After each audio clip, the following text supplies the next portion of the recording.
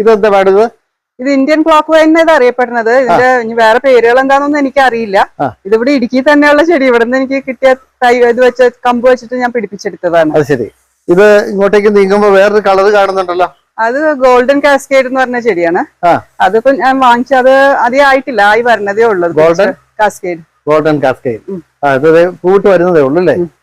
പിന്നെ ഇവിടെ നോക്കുമ്പോൾ വേറെ ഒരുപാട് ഇലച്ചെടികളും പൂച്ചെടികളും ഒക്കെ കാണുന്നുണ്ട്.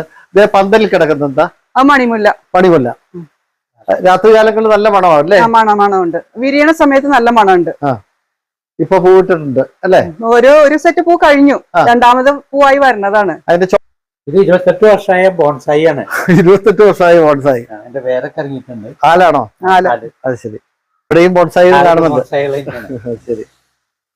അപ്പൊ ഇലച്ചെടികളും പൂച്ചെടികളും വർണ്ണ മനോഹരമായിട്ടൊരു കാഴ്ചയാണ് ഇവിടേക്ക് കണിച്ചായി വീട്ടിലേക്ക് എത്തുമ്പോൾ നമുക്ക് കാണാനായിട്ട് കഴിയുന്നത്.